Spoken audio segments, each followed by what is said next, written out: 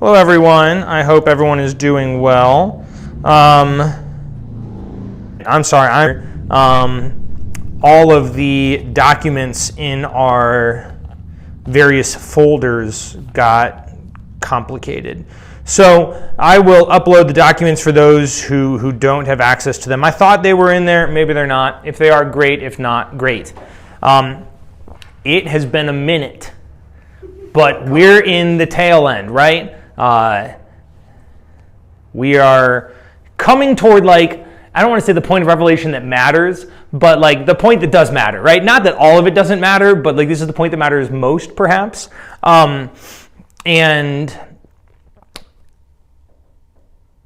this week will be interesting. We'll see how it goes. I may say things you don't like. That's okay. It's nothing I haven't said before in other settings, but it's something I've not necessarily said in this class.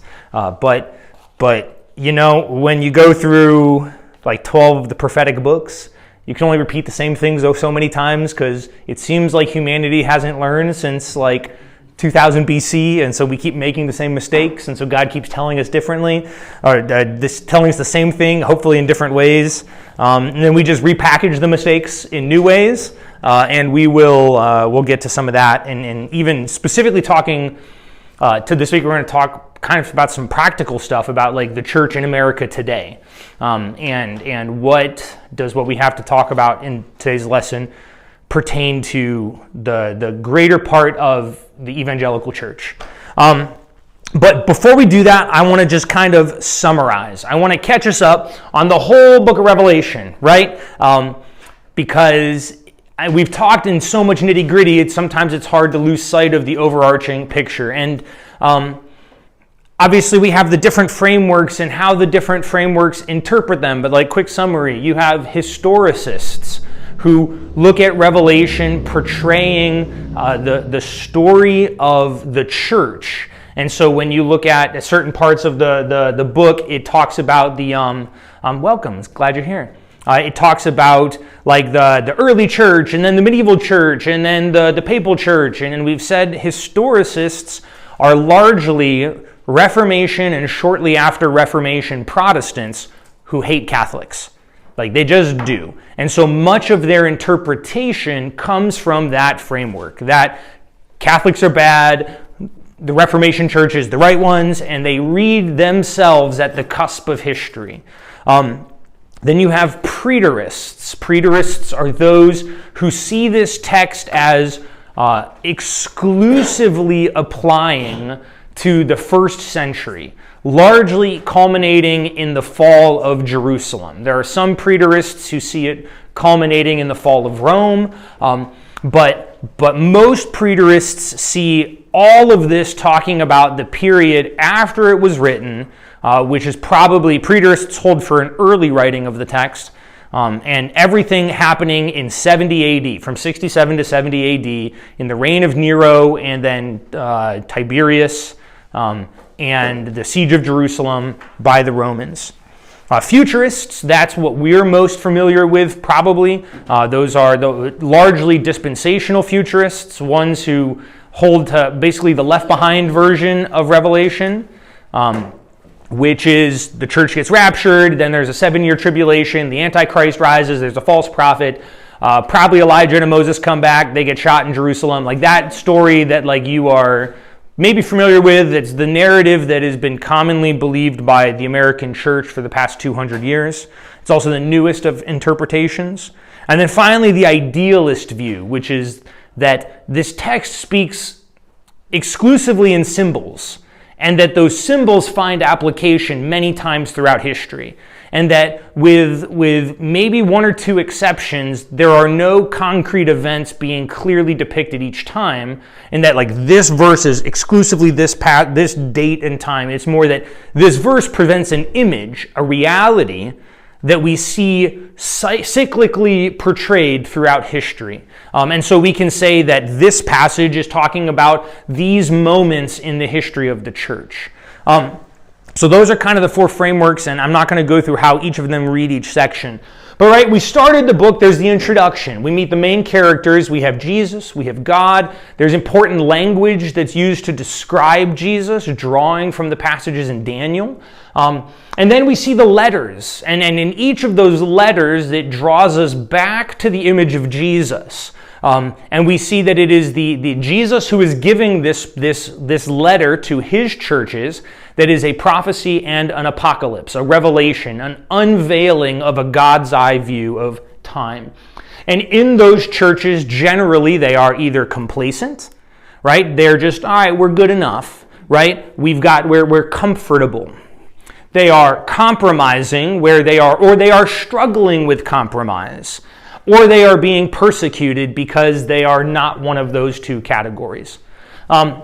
So the complacent church, they're not necessarily sacrificing to idols, so they're not doing the bad things, but they're maybe just not doing the good things also. The compromising church are ones who are trying to have it both ways. The persecuted church are the ones who are being faithful and suffering for it. From that, John goes into heaven. We see the vision, because one of the key themes or the key patterns we see in this book is that the entirety of the narrative is interrupted by worship. The first thing we saw was Jesus Christ. That is the opening vision of this book, was the Jesus Christ in the midst of his churches, the Son of Man walking amongst the lampstands. And we said week 2 or 3, that is the lens through which we read the entire book. It's the first thing we meet, Jesus with his churches. And every other part of the book talks about Jesus with his churches. And then the end vision we have is Jesus with his church in the New Jerusalem, which we're not there yet. That's 6 weeks from now. So we see the vision of heaven, and the vision of heaven that we see is God and worship of God. So the key themes of, the key point of Revelation is, will we worship the Lamb? Will we worship the Father in heaven? Will we worship the triune God? And we've talked a ton about Trinitarian theology and how in all of these images we're seeing Father, Son, and Spirit existing together in the throne room of heaven. And in the vision, there's worship, there's all of that, and the worthiness of the Lamb, right? Behold, the Lion of Judah is worthy. And then I turned and I saw the one who was slain, the Lamb who has been slain. From there, we see Jesus opening the seals on the scroll, and that impacts 25% of the world. And then we see immediately following that the 7 trumpets, which are 33%. We see a progressive, an increase. And different in frameworks, right? One of the things we've said is that it is hard to read this book being a literal chronological telling of events, right? Because in the 7 seals, the sun, stars, and sky fall on the earth, which if that happens in the 7 seals literally first, then nothing else can happen because the sun has engulfed the totality of existence. Instead, we see here a progression. We talk about the 2 witnesses in the 3.5 years, or the time and a half, or 70 weeks. It's all described many different ways, and how different interpretations read that example. For some, that means a set period of time, not necessarily a literal 3.5 years or 7 years, but meaning that it is not an ongoing reality or an eternal reality, but a capped time.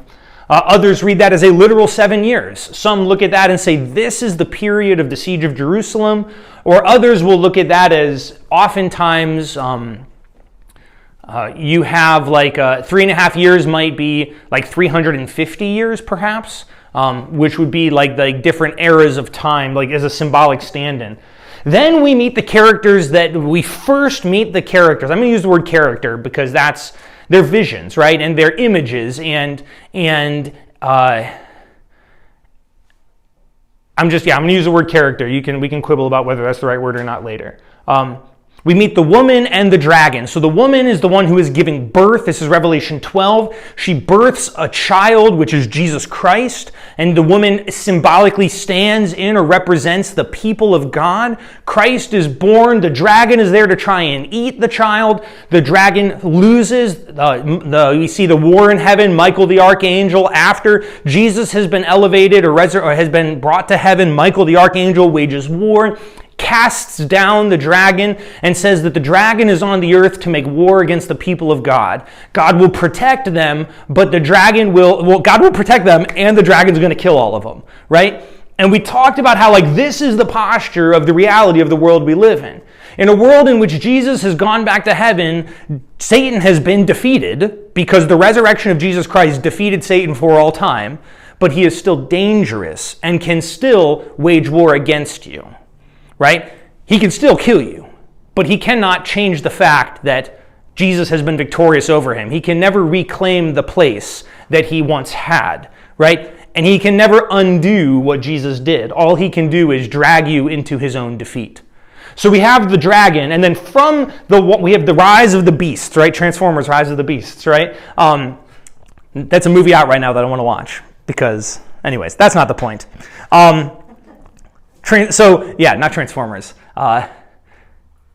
The beasts, right? We have the beasts from the sea and the beasts from the land, and they are empowered by the dragon. And we talk about that these probably are not literal beasts, right? It's unlikely that one day we're just going to see a kaiju, a Godzilla monster with 7 heads coming out and everyone's like, oh, this is probably who we should worship. That's probably not what's going to happen. Most people don't read this to interpret it as a multi-headed hydra is just going to appear in the middle of the Pacific Ocean. That's probably, if you're watching Godzilla movies, that's what happens. That's probably not how we're supposed to read this text. These are symbolic images. They may represent real people. That beast may represent a very specific human-appearing person, but it's unlikely that people are going to be deceived by a giant monster. Because if a giant monster appeared out of the ocean, you know what we would do? We would nuke it. We would not oh, this is who we should worship, right? But the beasts come and they deceive, and they are there to try and, empowered by the dragon, to get people to worship them. Because what we've said, right, the key question, the key conflict for these churches, which is all of us, because every church exists in one of these places, or they are the faithful church, right? I guess that's the persecuted church. Because faithfulness to God demands rejection from the world, because the world is broken and tarnished and fallen. And so as we faithfully serve God, inevitably we come into conflict with the world, which results in rejection of the world, by the world rather. And so the question inevitably is, will we choose to faithfully worship the Lamb, or will we choose instead to worship secular power? The beasts, in whatever form they take as people, in any concept, right? Secular power that is not the power of the kingdom of God, will we choose to worship that? And we're going to end up circling back to the beasts this week. We did last week. Then we hear the first declaration. That's Revelation 14, 13. Fallen is Babylon the Great. That's the first time we hear it. And then after that, we talk about the reaping of the earth, right? And once again, these are the order that John sees these events. It's not necessarily the order in which they happen. We've already talked about some of the issues of the chronological reading. But the idea being that God is faithfully guarding his people. That does not necessarily mean that they will be kept from harm, but that in being guarded by God, I cannot lose my place in eternity. Right?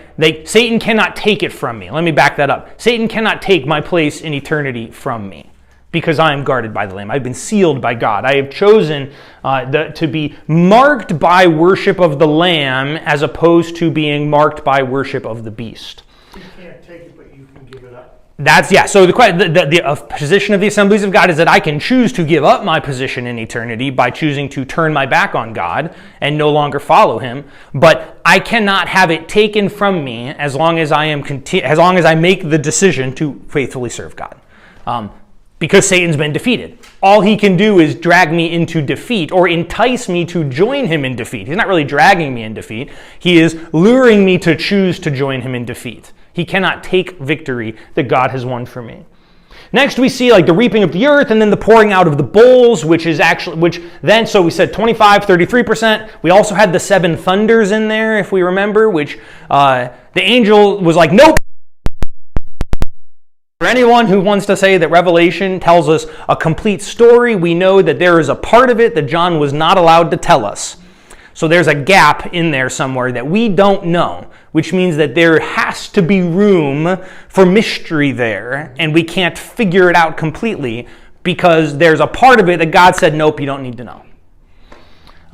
The bowls, which was a worldwide 100% impact, and it resulted in the gathering of the nations at the plains of Megiddo, which is to the north of Israel, at the battle that's called Armageddon. And then ultimately, in our last session, we talked about the beast and the harlot, or the beast and the prostitute, or the beast and the whore. Describing who these people are. The angel says, come, I'm going to show you, this is Revelation chapter 17, I'm going to show you the judgment of the beast and the great whore, or the great harlot. And then we just see them described. And that's really where we left off in our last session, where we meet the characters, the great harlot, Babylon, who we've already met, only briefly. Babylon the Great has fallen.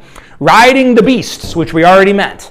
And the images are the same. The idea of 7 heads and 10 horns, and it's paralleling the beasts that we saw.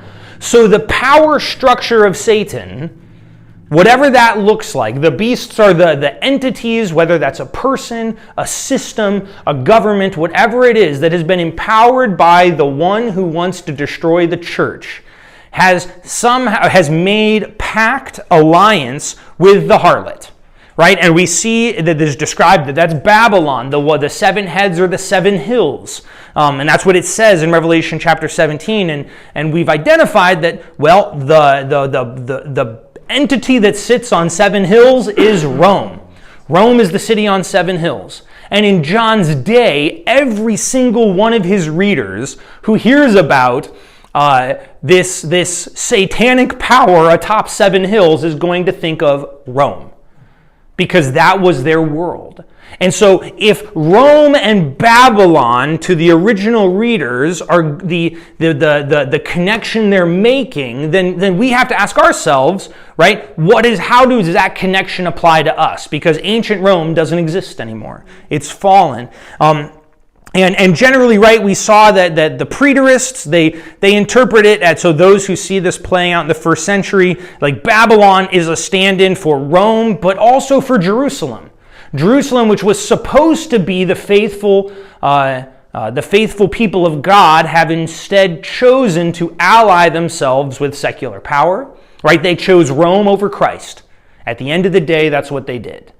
We have no king but Caesar was inherently a denying of God's call, because there was the promise that the Davidic king was going to come, and when they claimed we have no king but Caesar, it's we have rejected the promise of God in favor of secular power. And if we read elsewhere, when the Sanhedrin is scheming to turn over Jesus, what they say is, if this guy causes too much trouble, I think this is in John's account. I don't remember where. I could look it up later. But he says, Rome's going to come and take our power away. So we got to stop him. It wasn't necessarily about blasphemy. It was the power structure of Jerusalem themselves, or at least as the gospel writers have told us, have made the decision, we would rather stay in power and ally with Rome than believe that Jesus is the Messiah. It was about worshiping secular power as opposed to worshiping the Lamb through faithful witness. That was what drove them to crucify Jesus. Historicists, those who look at church history and see themselves playing it out, they look at papal Rome, or the Catholic Church based in Rome, as being Babylon, largely culminating this where we're at is in the 1800s. But after that, the historicists kind of stop; they kind of die off. Futurists, they tend to read Babylon as a revived Roman Empire or a revived Babylon at the end of the tribulation. And then idealists see that this just represents empire.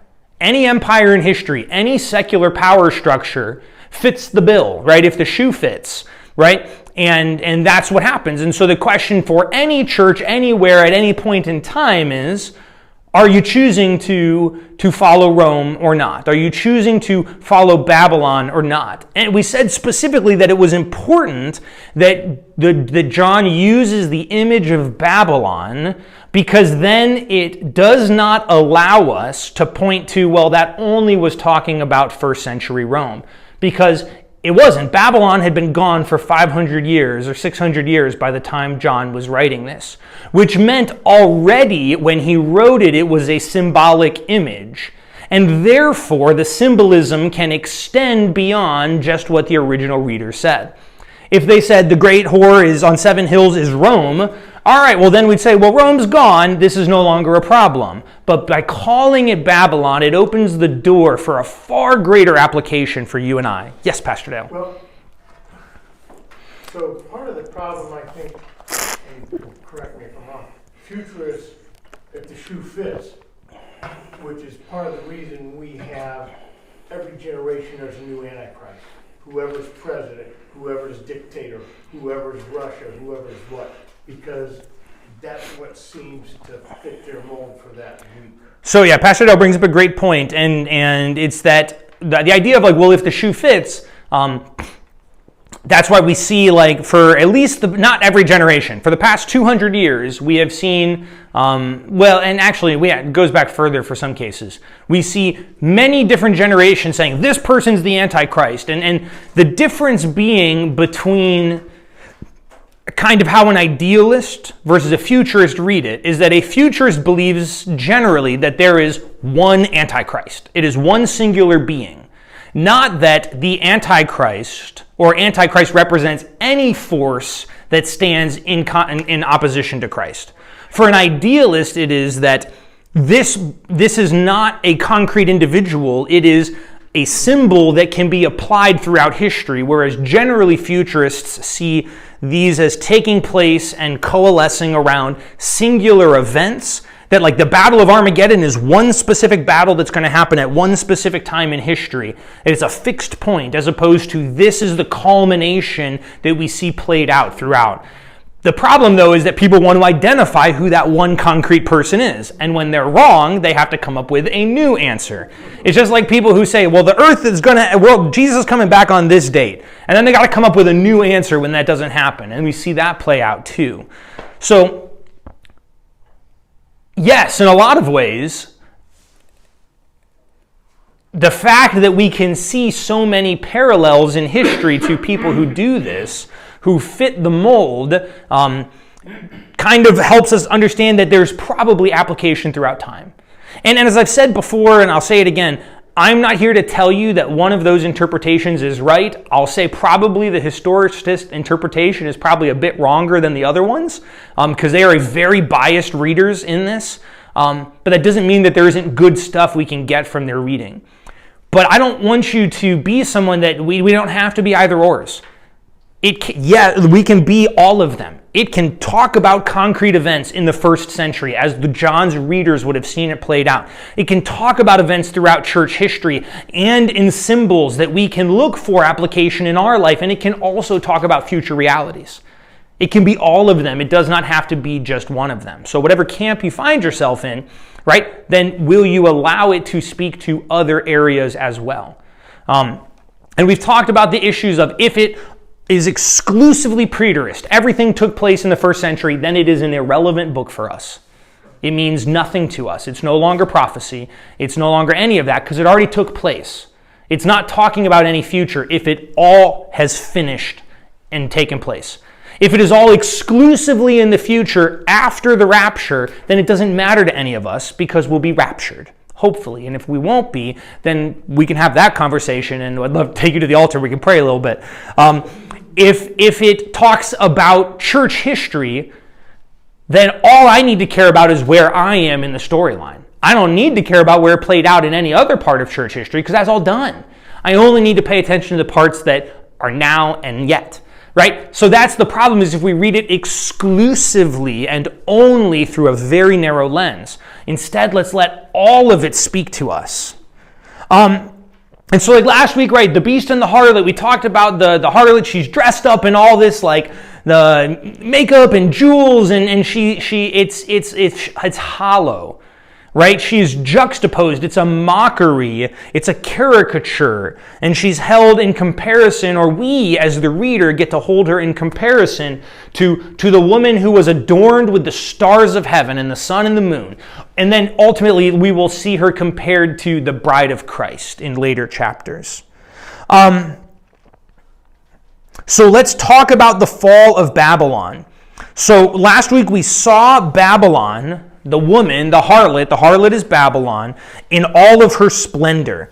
And something that we'll see today is that the destruction of Babylon, the words John uses, sometimes he uses past tense verbs, sometimes he uses present tense verbs, and sometimes he uses future tense verbs, all describing the same event, right? Back here in chapter 14 or 13, already, like 5 chapters ago, the angel came and said, "Fallen, fallen is Babylon the Great," as a past tense reality, even though it had not yet manifest. The way we would describe that, the theological term, is a prophetic perfect tense, which basically means a set in stone fact that is yet to occur in history.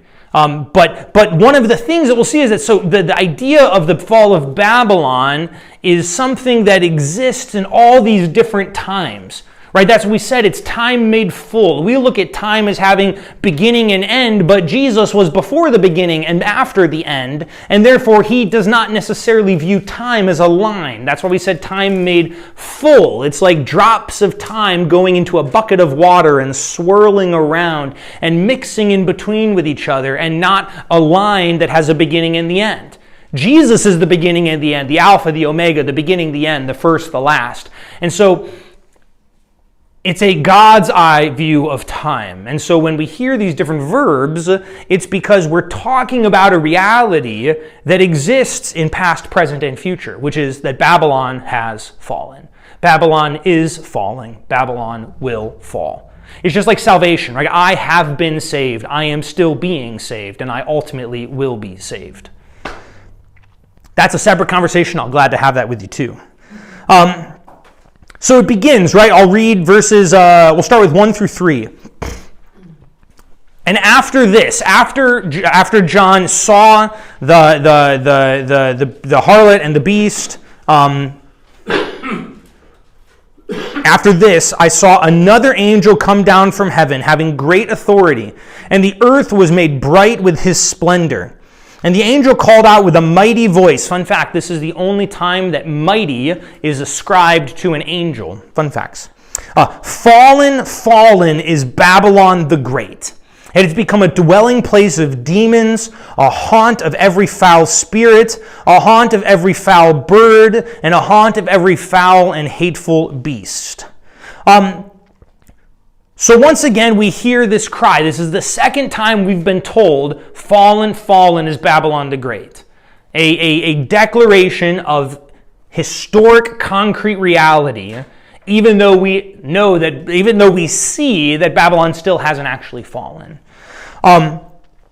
Because it's talking about, with God, if time is all seen and held in God's hand, there is no difference really between past, present, and future. There is things that are going to happen, and have they manifest and happened yet? And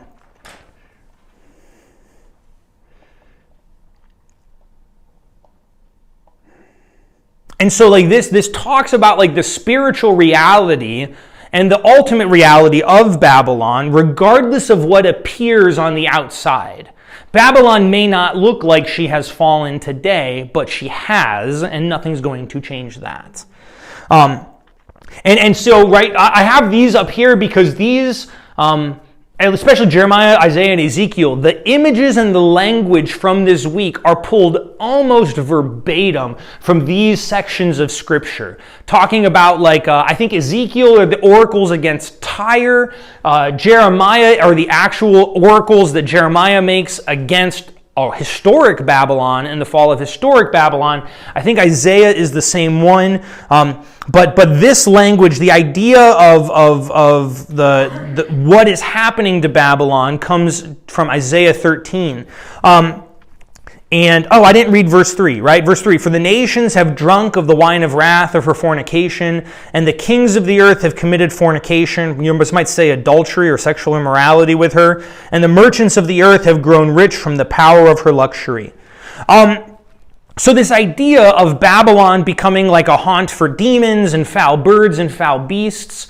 So in the Jewish world and in the Greek world, demons existed in desolate places. Right? That was the idea, that the desert was the realm of the demonic forces. And honestly, man, I don't know if I want to go down this. Yeah, we'll go down this. If you want to talk more about like Hebrew demonology, you should look up Satan Exposed by Dr. Bill Payne. It's a great book. It's going to challenge some views, but it's a great book. But the idea being that like when they made the scapegoat in the Old Testament sacrifice, right? They took the goat, set it outside the camp, and sent it off into the wilderness. It was the sin is going to the place where dark demonic forces exist. And it doesn't exist here in the city or in the tent or in the covenantal place. And so the idea of foul beasts and animals, that's what a city that has been destroyed and left in ruins would become that. Kind of like, for us, like post-apocalyptic movies, right? Where they walk through the city and it's in shambles and there's crows and there's usually, I don't know, weird sunlight. Like that's the image that's appearing here. Like for demons to take up place in Babylon means that Babylon has been destroyed and is in ruins. And then we kind of meet the next group of people that this book's going to talk about, right? The nations have drunk the wine of the wrath, right? The nations have become gluttonized. They have drunk themselves full with the luxury that Babylon offers them. We talk about how like the kings of the earth have committed fornication and that the merchants of the earth have grown rich off of her. And so Babylon is the manifestation of beastly power in the world. Babylon is riding the beast. The beast is what is propping Babylon up. And we know from the last chapter that the beast hates Babylon. The beast hates her completely because the beast is the power of Satan who hates the entities that he uses. Satan may empower nations, but it's not because he loves nations. He hates every single person he empowers, but he is empowering people to try and draw other people into defeat. Right? If a demon possesses someone, it's not because of love. He hates the being that he is possessed in, but that's the way that he can bring other people into the kingdom of darkness. Whereas when the Holy Spirit empowers people, it is out of love and out of desire for relationship. And it's so that we can empower us to draw people into the kingdom of light. And so, like, Babylon is the representation or the manifestation of what the marriage of human secular power and the goal of Satan, which is destruction of people. To undo the good things that God has done, to try and draw the image of God into tarnishment and destruction. And these and what happens? Well, and so the image here is like fornication or adultery. And often we've said like that doesn't necessarily mean like literally having sex with someone. It's not that there is a woman walking around who is the manifestation of Babylon and kings from around the world are going and sleeping with her.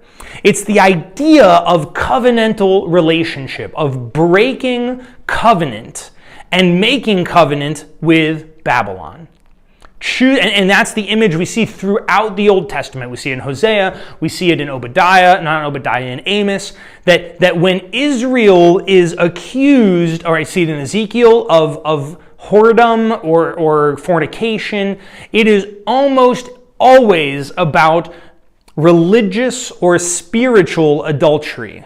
It is about choosing to, and sometimes that literally did involve sleeping with prostitutes in temples, but it's more about choosing instead of being faithful witnesses, faithful to our covenant with God, right? Instead choosing to dabble in the nations, right? Dabble in the power of the beast manifest in Babylon, whatever Babylon is.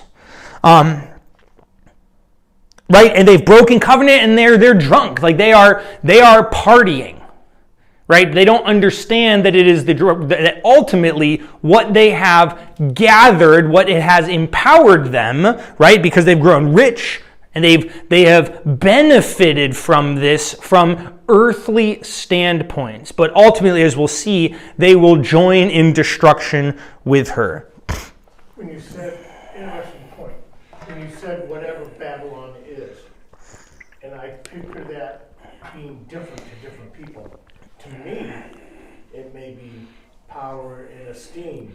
To somebody else, it may be worldly goods. To somebody else, it may be something else. Yeah, Pastor brings a good point, right? And his point is that like Babylon may look different for everyone. And I would caveat it that Babylon is always the same, but the tools or the allure of Babylon looks different to everyone. Right? Babylon is always going to be the marriage of Satan and worldly power. It is humans being the secular power in any form that seeks to draw our worship away from the Lamb.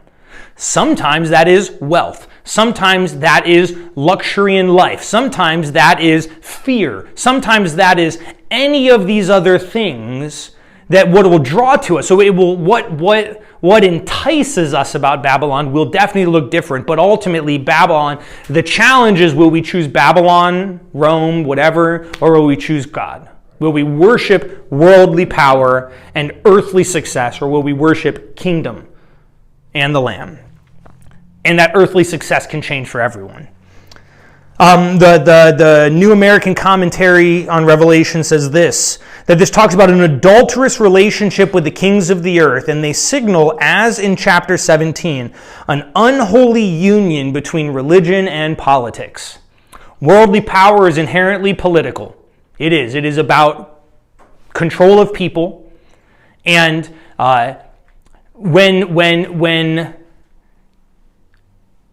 when Satan can draw religion into that, it now makes power a religious thing.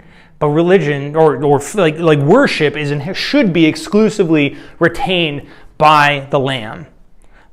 But as we get into this, and that's especially what happened back in the day, and in Rome's time, there was no way to separate following Rome and worship of Rome. Because you had to worship Caesar, you had to worship Roma, the goddess of Rome, right? Paul tried to separate worship from religion, politics from religion, and it got him thrown in jail. It got many of the early church killed. And so, let us not think that we've moved beyond that. And I'll use a great example. When you hear the word evangelical on TV, it is most likely talking about a voting demographic and not a people of faith. It is about a group of people who vote a specific way and not about those who bear witness to the good news of Jesus Christ as the King, which is what the euangelion, the evangelical, is. And so, because maybe, and that's just an example. And we'll get to some more controversial statements in a bit. I'm not trying to go there yet. But ultimately, that says that, hey, maybe there is this weird marrying of religion and politics in ways that aren't all that different from John's world, and maybe we should be cautious. Anyways. So let's talk historicists. The historicists really draw on the image of the bright splendor of this angel, the light that the angel brings, and they say clearly this is that there's going to be bright hope, there's going to be light, there's going to be a whole bunch of Catholics that understand that they're the problem and that they're going to convert to Protestantism right before the end. That's generally how historicists have read it.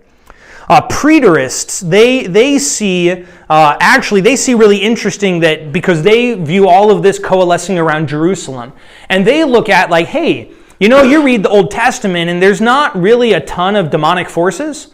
Or at least not the way we see it, but then somehow at some point, or right around the time Jesus came, there is this mass invasion of demonic manifestation. Right? Jesus casts out more demons than have been cast out in the gospel, in the Bible at least, in the entirety of the Old Testament.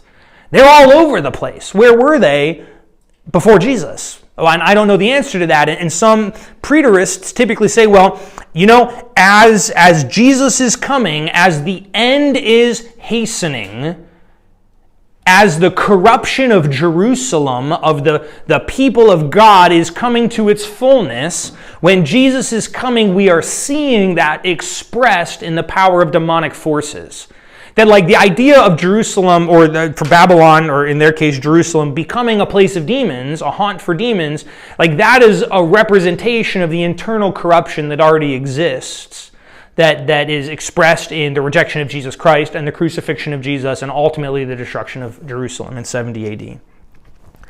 Futurists, right, they see the references to Babylon and that ultimately this is about the worship of the beast, a specific person, often called the Antichrist. And in the last chapter, it was about like spiritual power and religious power, whereas here is about the economic power associated with the rule of the Antichrist. Futurists tend to read the fall of Babylon as two distinct events. You have the fall of the spiritual power of Babylon and the fall of the economic power of Babylon. And that's largely because futurists believe in a literal chronological reading of the book. Not all of them, but up until like 20 years ago, that was exclusively how it was read for futurist readings, that it had to be literal, it had to be chronological, and so therefore there had to be two different events for Babylon to fall. And then idealists, right, they tend to see how this reflects the judgment oracles of like the entirety of the Old Testament. If you want to learn more about judgment oracles, go back and watch our series on the minor prophets. Like, there are so many in there, and they're all very much the same, and specifically about like Babylon and Tyre, Tyre. And so that this, because it draws from these images of God prophesying that empires would fall, and then they fell, that it points again to this cycle that empire cannot stand in the face of God's judgment. All right, let's verses 4 through 8. Then I heard another voice coming from heaven, saying, "Come out of her, Babylon, my people, so that you do not take part in her sins, so that you do not share in her plagues.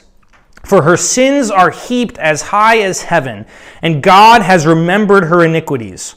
Render to her as she herself has rendered, and repay her double for her deeds. Mix a double draught for her in the cup she mixed.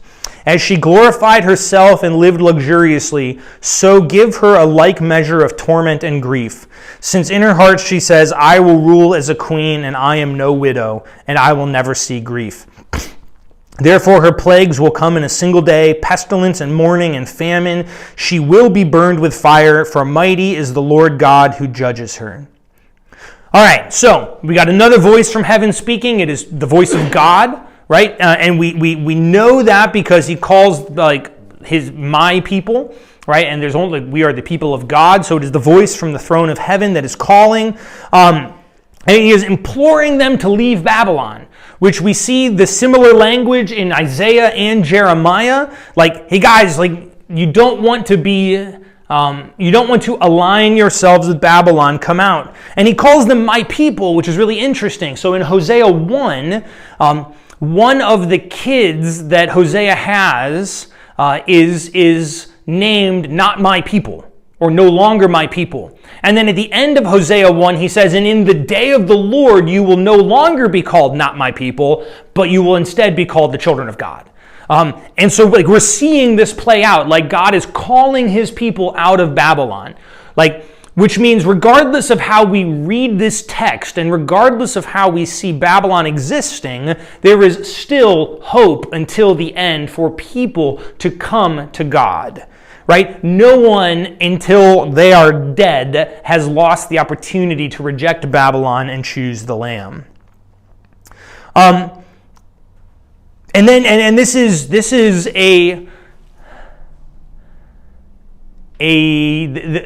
the statement here, right? Like, don't take part in her sins. And the implication is that those who do take part in her sins will be judged alongside her.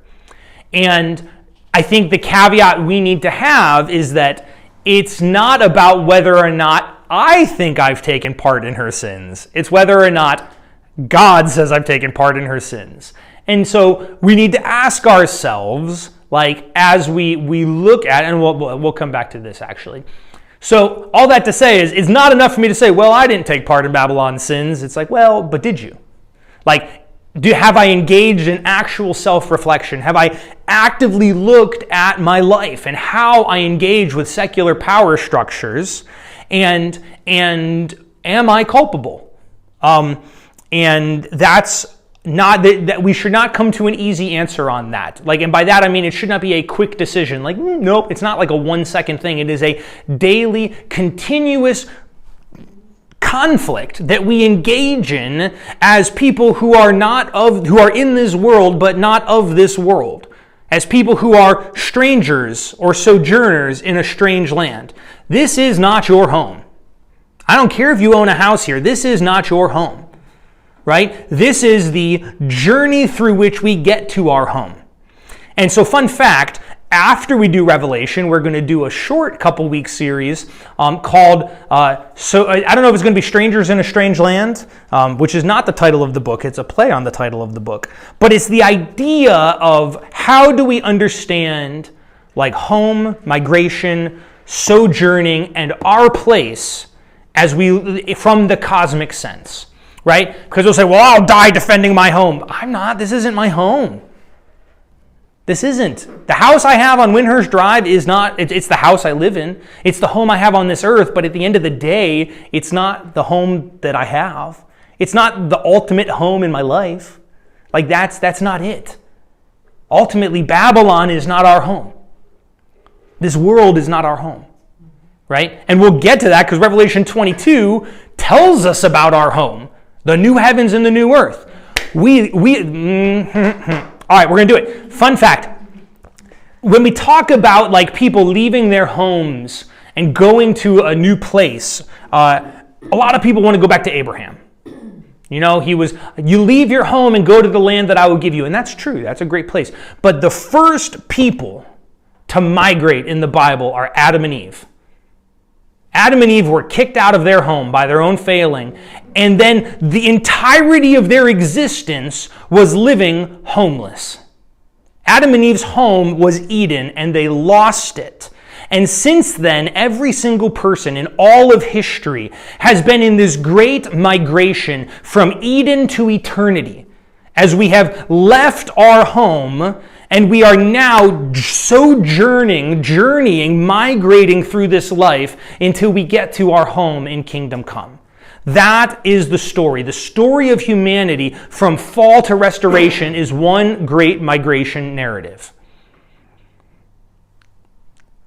And that's what we're going to talk more about for 6 weeks after Revelation. So, more to follow. You've got a teaser.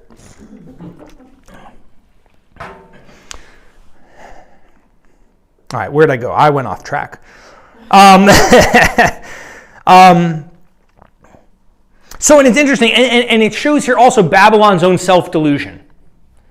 Babylon thinks that they're good. They're like, I'm not a widow. I am not, and like that doesn't mean being a widow's bad. And the idea of a widow in the Bible is a people who, or a person who is like they're of lowly state. They don't have someone to represent them. They can't do a whole lot in society. They are the lowest of society. And we can say, well, that's terrible. Cool. Take it up with Jewish culture 2,000 years ago. I can't change that that's how it was. But in their world, without a man there to represent them, they couldn't inherit. They couldn't do a lot of things. They were cut off from most all of society. And that is what Babylon is. Babylon thinks that she is this luxurious person, that she's a queen. And it's like, you're not a queen. Like, you're really a widow. You are like, those are the opposite ends of the spectrum for a woman. The most powerful woman in the world would have been a queen, and the most significant place that a woman could hold in that time was queenship. And the least significant place was widow. A rich widow was less important than a married peasant.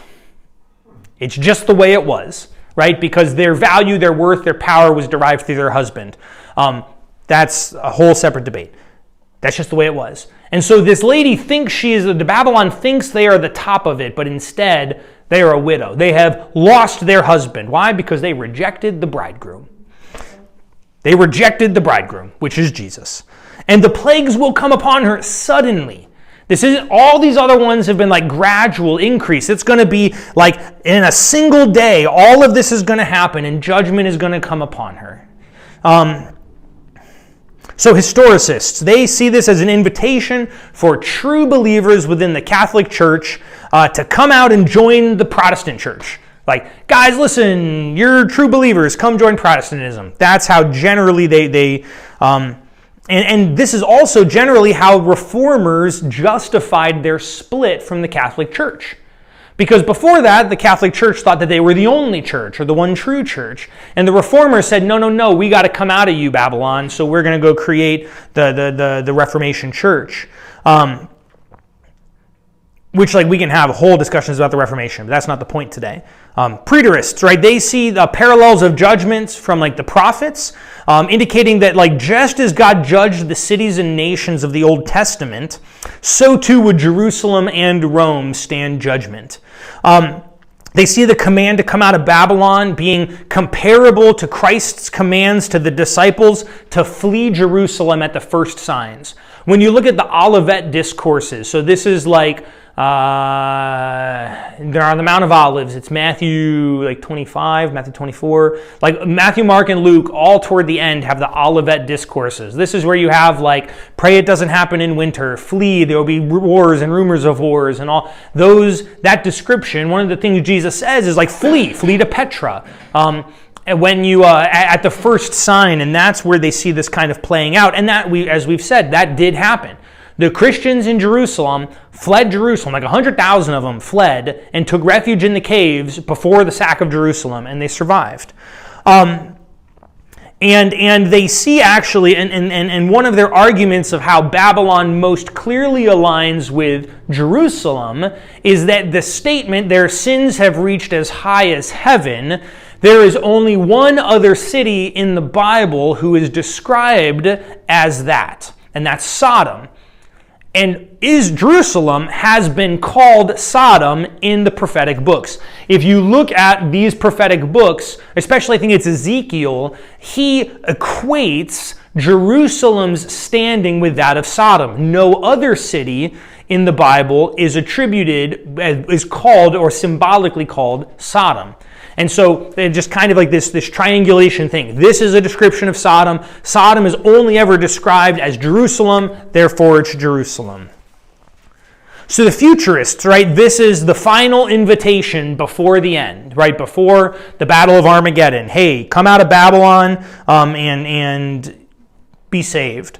Some futurists do believe that there's a literal Babylon that's going to be rebuilt, in the city of Babylon, which is now modern-day Mosul in Iraq, which was one of the largest Christian cities in the Middle East, and then ISIS came and destroyed it. But that Babylon, the city, will actually be rebuilt. And then finally, idealists, right? This is a passage as a call to the church, not necessarily to physically remove themselves from cities, but to maintain clear moral and spiritual separation between their faithful witness to God and the corruption of Babylon. It's about being in this world and not of this world, and not letting those lines blur. So our next section, right, 9 through 19. Nope, 9 through 24. Yeah, pretty much we're just going to go through the whole thing. And almost all of this comes out of the oracles against Tyre in Ezekiel 27 and 28. Yes? I have some diehard friends, and I think you'll know where I'm going. And I'm prefacing this by saying I was raised Catholic and Protestant. Yeah. And then got saved. But that verse 23, it says, "And the light of the candle shall shine no more in thee, and the voice of the bridegroom and the bride shall be heard no more in thee. For thy merchandise were great, and the men of all the earth, for thy sorceries were all the nations were deceived. And in her were found the blood of the prophets and the saints, and of all that were stained upon the earth." And they'll go to Fox's Book of Martyr to identify the Catholic Church. Yeah. They are diehard. These are friends of mine that I dearly, they're devout. So I just was wondering, is that the historicist point of view, where they are so diehard that they believe this is the church and they believe that the Antichrist will drop a bomb on the Vatican and destroy Rome? So the question was about verse 23 and 24 and It being the church. Yeah, and that being the church, and that's probably more a futurist reading. Okay. Yep. But So yeah, we'll come to that. So anyways, I'm going to read it in chunks because this next section is kind of just one big section. It's a lament. It is the mourning of all the people we just met, right? We met in verse 4, kings and merchants, and they have gluttonized, they have been made full on the wickedness of Babylon, and now they are mourning her going away. And so this is a lament. It's a lament by wicked people over a just judgment, but it's still a lament. So we'll start in verse 9. And the kings of the earth who had committed fornication and lived in luxury with her, with Babylon, will weep and wail over her, and they'll see the smoke of her burning, and they will stand far off and in fear of her torment, and say, Alas, alas, the great city, Babylon the mighty city, for in 1 hour your judgment has come. So, right, the kings themselves, they've allied themselves with Babylon, and they see her destruction, and then they stand off in a distance, and they're like, oh, well, I guess you got judged now, and yet they don't seem to realize that their judgment is coming too. That just because Babylon is burning does not mean that their wickedness will not be paid to them. 11 through 14 is the next section. And the merchants of the earth will weep and mourn for her, since no one buys their cargo anymore. Cargo of gold, silver, jewels, pearls, fine linen, purple, silk, and scarlet, all kinds of scented wood, all articles of ivory, all articles of costly wood, bronze, iron, and marble, cinnamon, spice, incense, myrrh, frankincense, wine, olive oil, choice flour and wheat, cattle and sheep, horses and chariots, slaves, and human lives. So there's a lot to be said here, right? So the merchants, these are the ones who own the goods. They're the people who have the stuff to sell and the people who sell it. Because we'll see about the ship captains, the one who transport the goods in a little bit. And they're going to mourn her death too. That we have, if Babylon is secular power, there are other people in power who ally themselves with secular power.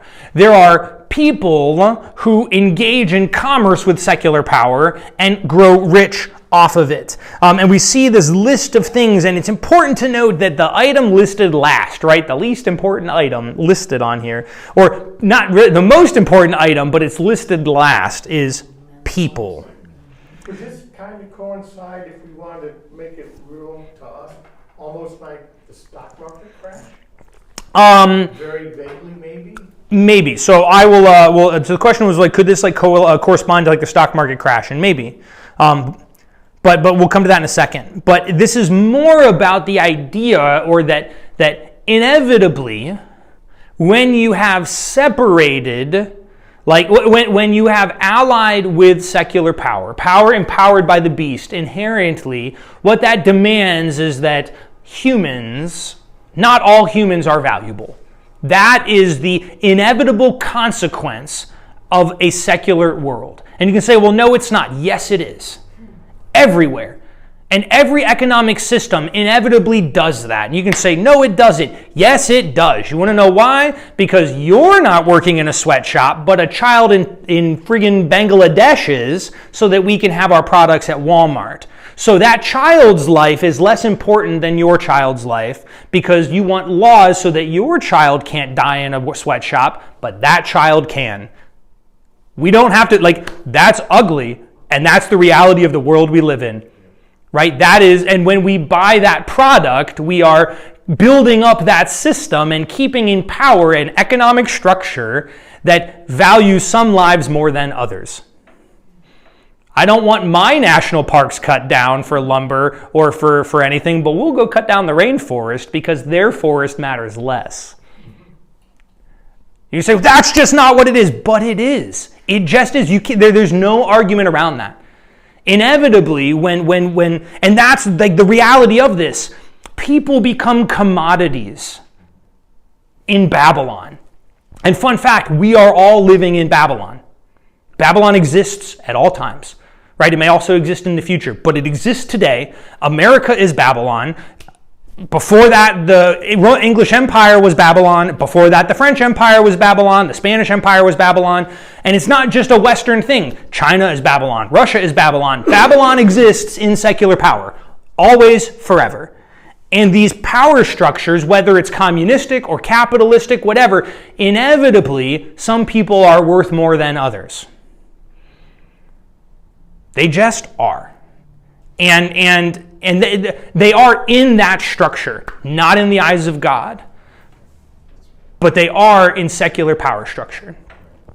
And that's what we see. Human lives are the last thing. They're listed after cattle in this. So in the book Revelation, The End of All Things by Craig Koester, he says this: by concluding this way, John underscores the brutality of a commercial system that reduces people to trade items like wood and livestock in order to supply the luxury needs of the empire. You know, there are nations that are starving, exporting luxury food to the United States so that we can have luxury food while their people starve. And we buy that product because our enjoyment of luxury and wealth as a whole in our society and in the church is more important to us than the lives of the people that are suffering as a result. And I'm prepared to die on this hill. Absolutely. There's very few hills I'm going to die on. This is one of them. And you say, well, Chris, what am I supposed to do? Am I supposed to research where everything comes from? Well, yeah, maybe. You should try that. That's a start. And some of it is that there are some aspects of our life, like, you know, I can't buy a fair trade iPhone. It just doesn't exist. They don't make fair trade cell phones. They do make fair trade clothing. There are entities and organizations, many of them are Christian, but not all of them, that are seeking to try and counteract some of this reality. But part of it is we just have to understand, like, our life and where it comes from. And we have to recognize that there are people on the other side of this. And many of them living in ways that we can't begin to fathom, so that we can have stuff. Yes, Pastor Dale. No, I understand. I told you we're getting controversial stuff today. No, I understand everything you're saying, and I agree with everything you're saying. The problem, not the problem, the reality is we all just came back from, a lot of us just came back from Peru. Yeah. I had no say or dictation or decision on where I was born. So Pastor brings up a good point. I have no say or dictation where I was born. And that's true. We don't. And the issue is not that people are born into Babylon. It's, do they ally with Babylon in their life? Like, do I choose to buy the cheapest product because it's cheaper and it saves me money, even though it's made in a sweatshop? Or do I buy a product that wasn't made in a sweatshop, that paid people a fair price? That has nothing to do with where we're born. Those are the conscious decisions we make every day, right? Even the things about, like, where do we buy food? Like, do we know even the restaurants we go to, do we know, are they paying people, or are they outsourcing things? Are they exploiting people who are vulnerable to work there? Right? Like, is the restaurant that I'm going to, is it exploiting vulnerable people? For many of us, we are middle to upper class, or upper middle class people, at least in this room.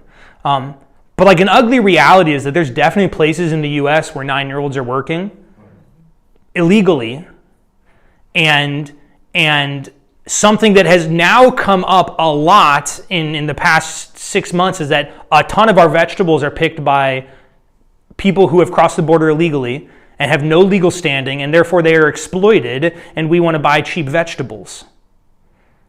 And so we engage in an economic system and we allow other systems to continue to exist and perpetuate so that we can have cheap things. And we do have control over that. So, Pastor Chris, Yes. nothing about what you're saying is much personal to me. However, when I read this from a global perspective, just from a person to person to person, no matter your social economic status, to me this is about love of something that's not God. Right? So Babylon, historically, all of those verses, all throughout the Old Testament, and Israel was condemned for its idolatry. Yeah. So to me, this is idolatry Yeah. at its purest form. What you're saying is very practical. Yeah. But I caution maybe that these verses universally Yeah. would apply to anyone of any stature, correct? Yeah. Like you're talking about practicalities, I believe in what you're saying should be applied more and more to our Christian lives and our consideration, right? Yeah. I mean, most of our Christmas decorations are coming from China that are being created and produced by Christians who are enslaved in concentration camps. Yeah. We should know this, right? Yeah. We should abolish, I think, all of the purchasing that comes with that fervor to quote unquote worship Jesus's birth, right? Like, so Yeah. I get what you're saying, but when I think about this just for myself, with anyone of any stature, this is about the love of luxury and then everything that props up that luxurious idol or Yeah. idol of luxury. No, absolutely. And I think I wholeheartedly agree with you. So the comment is that like this is ultimately about idolatry. Like yeah, we're talking about some practical stuff, but like this is about choosing to worship these things over Jesus. And that's the whole point. The whole book is about will we worship the Lamb or not. And I think part of the struggle we have in the American church is we get this idea of idolatry from like VeggieTales or from like that it's like there's a statue here and I worship it, or I become a religion other than Christianity. Most of us don't want to talk about the idea that free market capitalism might become an idol. That I'm not trying to argue that inherent to its nature it's idolatrous, right? But we can make it an idol when we choose to worship it. And one of the ways we worship free market capitalism is by engaging in structures that reduce the image of God, that devalue human life. Because ultimately the most important thing in all of creation is the value of human life. Or sometimes the way we engage in idolatry is through political engagement, which we might have time to talk about. There's a reason evangelical as a term, the most people understand that as a political term and not a Christian term. Because perhaps there has been idolatrous pairing, right? Because idolatry, and I've said this before, right, is not necessarily, like we get this idea that like,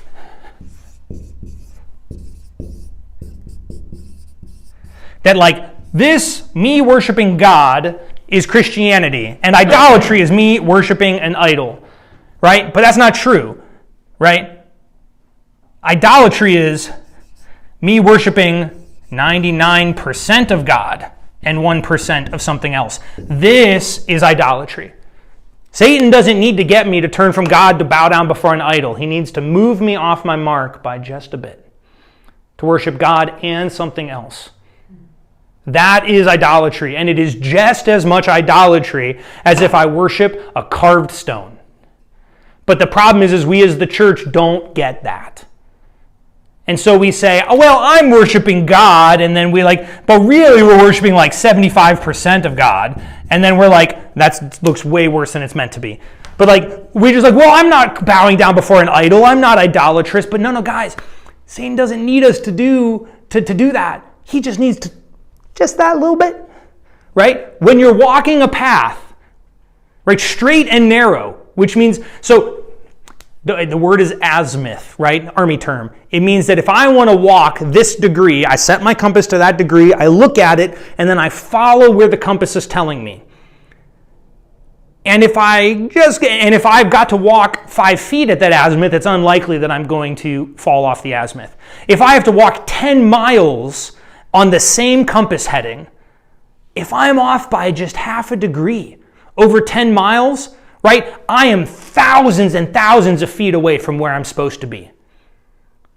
The same thing with the straight and narrow. My azimuth is Jesus Christ. And idolatry, Satan just got to pull me off by just a degree. And over the journey on the straight and narrow, I am off the straight and narrow eventually. Right? And so I guess that I agree absolutely. You're completely right. It is about idolatry. And I think we need to have a better understanding of idolatry because it's not about little statues of dudes made out of gold. It can be that. And for much of the world, it is that. For most Americans, it's not. For most American Christians, idolatry is shifting just ever so slightly, or maybe not so slightly, off of God under the guise of worshiping God. yeah, I still go to church, but also I do all these other things which don't demonstrate faithful witness to the Lamb. And one of the ways we do that is just by not caring, by choosing luxury instead of people. In any form. It's not just people elsewhere, it's also people here. Right? And you can say, man, this sounds woke. Well, listen. First off, this is the Bible. Secondly, if the church perhaps was doing a better job of being faithful witnesses as a whole, maybe some of these ideas would not have been relegated to a political idea, but it's the call of Jesus Christ on our life. Yes? The greatest challenge for the church is to not be materialistic. I have a very good friend in Czechoslovakia, and she was in a Bible study we had, and she said the church here is far more materialistic than the church I was in Czechoslovakia. She said America has probably the greatest challenge of all within their worship. And I think she was right. Well, and that's so the idea of materialism within the church, because this is not inherently only about materialism. We're going to use that as the example as it gives, but let's not get focused too much on that. But the point is, we, as the American church, wants to compete with other American churches. We view ourselves as advertisers. Right. We just do. We're trying to attract people. And that's how we get more butts in seats. And so we have to have they have better, and what forces the church into that place is the fickleness of believers. Well, this place I like the sound of their music better. Well, it's because they have nicer speakers. Well, so now I got to buy nicer speakers so that my sound is better. So the people that left because of the sound of the music will come back. Well, their seats are more comfortable. Okay, well, now I have to spend money on more seats so that we have the most comfortable seats. But then that leads to competition because then someone else is like, well, they're leaving my church because that church has better seats than I do. So now I need new seats. Or my live stream isn't as good as theirs. And so now I have to get better cameras so that I can, and we get this whole cycle of my goal. If the church has become a attractional thing of we need to get people, we need to get butts into seats, and it just leads to shuffling. And it just leads to spending more and more money on things that are inconsequential. You want to know why it's inconsequential? Because in Peru, we used plastic lawn chairs, and there was some very bare bones sound systems, and there was industrial lighting, and there were people worshiping God. Right? They didn't have any of that, and they didn't care to have any of that. I mean, maybe they did. I'm sure if they had it, it'd be nice, but that wasn't the point. Those were not relevant to bearing faithful witness to God. They didn't have windows or air They didn't have windows or air conditioning. Yes. I wasn't questioning Absolutely. having things. I was talking about having things possess you. Oh yeah. And Well, I know people, and I just in general, family members, I just in general, where things are more important than people. yeah. And I think that's where you're looking at this. The souls are put underneath all the things. Yeah. And it's not just America. Oh, no, it's not just America. No, you're right. This is not exclusive here. There are many places. Listen, I want to say the most billionaires per capita, per square mile, is probably Dubai or Emirates, maybe Emirates. So, it's not an exclusively American thing. But I'm talking to largely Americans here. So, how does it apply to us? I'm trying to be cognizant of time. Oh, yes, I'm sorry. Maybe I misunderstood, but is Christmas bad? No, Christmas is not bad. Christmas is not bad. It might be a little materialistic, and maybe we're unnecessarily wasting money on things we shouldn't, but it's not inherently bad. No. Yeah, so Christmas is not bad. Christmas is when we celebrate Jesus and relationship and people. But we're going to get through this. We got time. So, because I've kind of hit a lot of what I was going to hit on. All right, so we have all of the owners of the goods, right? They're mourning because they can't make more money. They can't sell things, and they can't reduce people to commodities. Next, verse 15, right? Merchants of these wares who gained wealth from her will stand far off in fear of her torment, weeping and mourning aloud. Not mourning because judgment is coming at them or is impending on them, mourning because they have lost a market. Right? Alas, alas, the great city, clothed in fine linen, in purple and scarlet, adorned with gold, with jewels and with pearls. For in 1 hour all this wealth has been laid waste. Right? The mourning is loss of wealth. It's not about loss of people. Right? And so even an example might be is if the stock market, or when the stock market has crashed in the U.S., is our primary concern about what we've lost in our IRAs or the number of people who are now destitute because unemployment will rise, because people's houses will be foreclosed on, how many people will die as a result of dramatic shifts in the economy? Or is my primary concern about the loss of money in my retirement account? For many, it's the loss of money in our retirement account that is what we see, and it's like, oh, this is how it impacts me, without thinking that, yeah, but how many people are going to lose everything because of this? All right, we're going to keep going. 17 through 19, and all the shipmasters and seafarers and sailors and all whose trade is on the sea stood far off and cried out as they saw the smoke of her burning. What city was like the great city? And they threw dust on their heads and wept and mourned and crying out, alas, the great city, where all who had ships at sea grew rich by her wealth. For in 1 hour she has been laid waste. Once again, it's every part of those complicit in the wickedness of Babylon. Verse 20, rejoice over her, O heaven, your saints and apostles and prophets, for God has made judgment against her. So heavens are called to rejoice at the destruction of Babylon. That can seem counterintuitive. It can seem anti-biblical. But ultimately, the destruction of Babylon is the fulfillment of God's promises. So it's not necessarily that Babylon's getting destroyed and people are dying and suffering, and that's what we're rejoicing. We're rejoicing that God has demonstrated his truth and his faithfulness. That they have been avenged by God, right? The voice of the martyrs that pooled under the altar that we saw in the seals, and God said, wait a little bit more, right? This is what they waited for. This is what that God would bring just judgment on creation. Verses 21 through 24.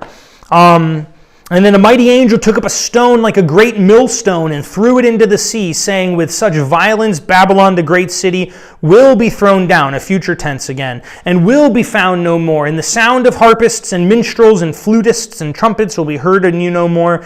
And an artisan of any trade will be found in you no more. And the sound of the millstone will be heard in you no more. And the light of your lamp will shine in you no more. And the voice of the bridegroom and bride will be heard in you no more. For your merchants were the magnates of the earth, and all the nations were deceived by your sorcery. And in you was found the blood of the prophets and of the saints and all who have been slaughtered on the earth. So an angel grabs this millstone, casts it into sea, which we see 2 different times in Scripture. It talks about, Jesus says this, right? Someone who causes another to stumble would be better to tie a millstone around his neck and cast himself in the sea. It's also the language that Jeremiah uses in, I think, Jeremiah 51, to talk about the fall of historic Babylon. So in the oracles about Babylon, the kingdom of Nebuchadnezzar in 500s, Jeremiah uses the same language about a millstone being thrown into the sea. It is a demonstrative and prophetic act describing what is going to happen to Babylon. There'll be no more of the things that made Babylon enticing. There'll be no more wealth. There'll be no more parties. There'll be none of these things, and everyone who was deceived by the harlot will fall with her in destruction. And we've seen, right, the idea of like the blood of the saints, and because Babylon, the city, is not the city that has slaughtered the prophets and saints, right? Babylon, the city in history, is not the one that did that. Right? Secular power empowered by the beast, which stands in contrast with faithful witness to the Lamb, is what led to the killing of the prophets, the martyrs, the saints. And it was always that, whether it was Israel doing it, whether it was Ahab putting prophets of God to death because he chose to ally with the beast and the secular power of the world and worship false gods as opposed to bearing faithful witness to the Lamb, right? Whether it was Jerusalem who did that, with the blood of Jesus Christ on their hands, or whether it was Rome who had killed Peter and Paul. And whether it is today, right? And that blood isn't always necessarily the physical blood of death. It stands in for the rejection and the persecution of the church who is bearing faithful witness.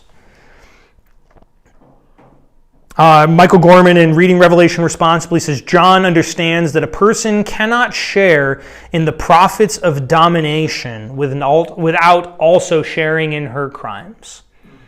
If we join in with Babylon, we are guilty of the crimes, right? He sounds like Bonhoeffer. He sounds like Bonhoeffer. He does. Bonhoeffer drew from John a lot.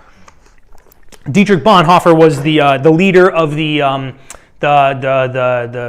true church in Germany during World War II, the resistant, the underground church, Cost of Discipleship, great book, and others. He's a great theologian. He was killed at Flossenburg concentration camp 2 weeks before VE Day.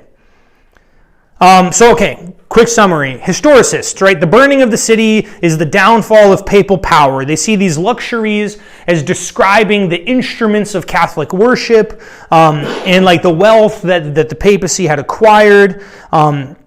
And that the comments about Babylon deceiving the nation is about like the influence the Catholic Church had deceiving believers.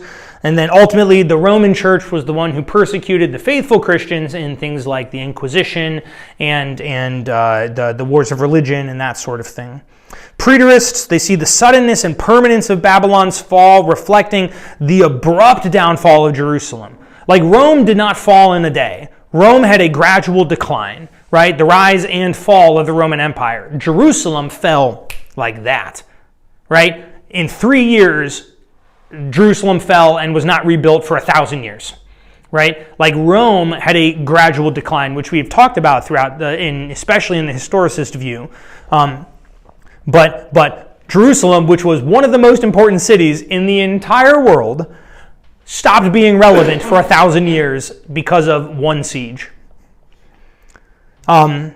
So the futurists, right, this describes the response to the collapse of the Antichrist's economic empire just before the return of Jesus Christ and the Battle of Armageddon. And then idealists, right, this reflects the reality of the rise and fall of empire. Just as empire is destined to fall, those who align with empire, whether it's 1%, 25%, or 100%, if they align with empire, they will suffer in the loss with empire. So some closing quotes. I know we went long today. We had a lot to catch up on. Revelation and the End of All Things. Craig Koester says this: when readers become aware of their own complicity in the practices of the empire portrayed as Babylon, so in our case would be in the complicity of the secular world structure of the United States and globalization, and we distance ourselves from its ways, the vision has the effect for which it is written. So any people at any time read this and they're like, how am I complicit in the Babylon of my time? And will I distance myself from it? And if we do, then that's the point. Good job. We've read the book the right way. Later he says, a couple pages later, says, the critique of Babylon in Revelation 18 stresses the interconnection between economic affluence, self-deceptive arrogance, and political brutality. Violence toward Christians is but one manifestation of the destructive forces that permeate the social order. And then just a few pages later, he says this: John confronts the seamy side of social, political, and economic life that is degrading and destructive. He sees how the wealth of the few is paid for by the misery of the many, and how the security of some is obtained by the deaths of others. And so, what does that mean for us, right? In our world of Babylon, I can't change where I was born, but I can also acknowledge that the wealth that we have as a nation today came at the exploitation of people, is maintained by the exploitation of people, and will continue to exist through the exploitation of people. Right? That's just how it is.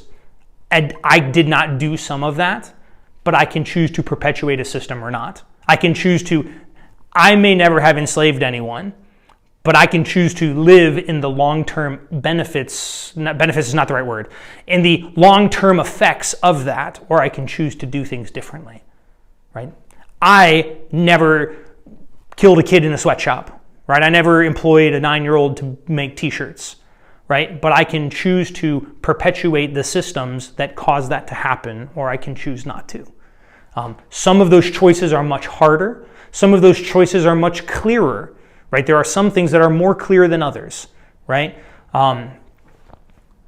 Some are much harder than others. Some might not be possible in all reality, right? But the question is that like, well, but we cannot, one, deny that it exists. We cannot deny that we are where we are today because it has existed in the past. And that doesn't mean that I can undo the past, but I can acknowledge the past. And I can strive not to recreate the past. And I can try and strive to correct some of the issues of the past, right? If I went off azimuth, it's not enough, right? If I'm supposed to be going on the straight and narrow, and I went off route, right? And I was supposed to be going, so if I'm supposed to go due north, and I go a little bit northwest, and then I realize I didn't go the right way, it's not enough to start going north again. I have to go back to the path. I have to correct to get back to where I need to be, right? Because if I decide, well, I'm just going to go right back on due north after I'm off the path, then I'm going to end up at the wrong spot, right? I have to course correct. That's part of what we can do as believers in this era. And so finally, my last quote, and you can say I sound woke all day, and that's fine. I know there's people in the church that use that word a lot, and I don't care. I'm telling you what Scripture says and what a plurality of scholars on this text have said. And so reading Revelation responsibly, Michael Gorman says this, and this is kind of our last quote before we close. As individuals, families, and churches, we are shaped in the West by consumerist, anti-God and anti-human values that oppose the very essence of the gospel. Do our ways of spending benefit the least, the last, and the lost? Do they promote justice and the healing of the nations? Do they reflect our convictions about the reign of God and the Lamb? Or do they reflect the values and practices of Babylon, of those who do not know God? Everything I do, every action I take, every word I say, every breath I take is either done in worship of the Lamb or not. And if it is not in worship of the Lamb, then it is in worship of the beast. Every single thing I do, does it reflect the convictions I have about faithful witness to the risen King? Does it reflect my convictions about kingdom principles? Do I have convictions about kingdom principles? If I don't, that's a problem. But there is no neutral act in this world. There is nothing that is neutral. It is either witness and faithful witness and worship to God, or it is not. And do I treat everything I do? Chris, that sounds exhausting. I mean, yeah, but like part of the Holy Spirit, right, is that we are empowered. We are lavishly blessed by the Holy Spirit to help us in that. And we are going to fail in that eventually. We just will, but the Holy Spirit's there to guide us, right? That is what the Holy Spirit does. It's not about me like, oh crap, I can't get off compass, right? It's the Holy Spirit is there to help me, to empower me to do that, and to show me grace when I fail, right? To bring that conviction. But I have to be open to that. I have to be open. I have to recognize that, hey, maybe this is something I need the Holy Spirit to guide me in, and I have to invite the Holy Spirit to do that with me, right? Yes, sometimes the Holy Spirit's going to kick down all our barriers, but if I just don't want to listen to the Holy Spirit, right, then eventually the Holy Spirit might be like, well, I don't know. Like if you're not willing to listen, if you don't want to have ears to hear, right, like there are people who do want to hear. And there's a ton of people in the church that seem to think that the Holy Spirit, like guiding them, is all about like, what path should I take in life? And like, what should I do? Should I sit there and pray about what clothes I wear? Like, I don't know, maybe, right? I'm not saying that you have to like, all right, Holy Spirit, is this the shirt I wear today? Is this the shirt I wear today? But like when we exist in that immersion that we talked about this morning, that continual relationship with the Holy Spirit, right? Maybe he is going to direct what shirt I wear today, because maybe the shirt that I wear is what sparks a conversation with someone that allows me to bear witness to God. And if you don't think that's possible, you believe in a small God. All right. I lectured a lot today. But like this is the crux of it. This is the judgment. This is what it comes to. Everyone looks at all this and like, oh, look at all that judgment. No, guys, this All of that is a precursor to this. All of that points to this. And the great thing is we have the power of the Holy Spirit so that we don't have to worry about this if we will choose to be fertile soil for the Holy Spirit to work. All right, we're going to pray. We are meeting next week. We're going to do, I think, like the first 9 verses of Revelation, of 19 next week, so it's a much shorter section because we're getting into some fun stuff. But let's pray. Father God, I just ask that as we go from this place, God, that we would be open to hearing the voice of your Holy Spirit. God, like we live in a complicated world, and honestly, I don't know how to live in a complicated world. But God, I know that I want you to receive glory in everything I do. And God, like I ask for each of us that like you would make how we do that clear. God, that you would guide each of us, that we would have ears to hear. Lord, that like what may feel like a complicated process, God, like that you can just make that second nature for us as we are immersed in the power of your Holy Spirit. God, that you would keep each of us and that you would guide us and that in whatever area you want us to work, that you would bring that conviction so that we can more faithfully walk along the path you have laid before us and bearing faithful witness to the Lamb. So we just pray all this in Jesus' name. Amen.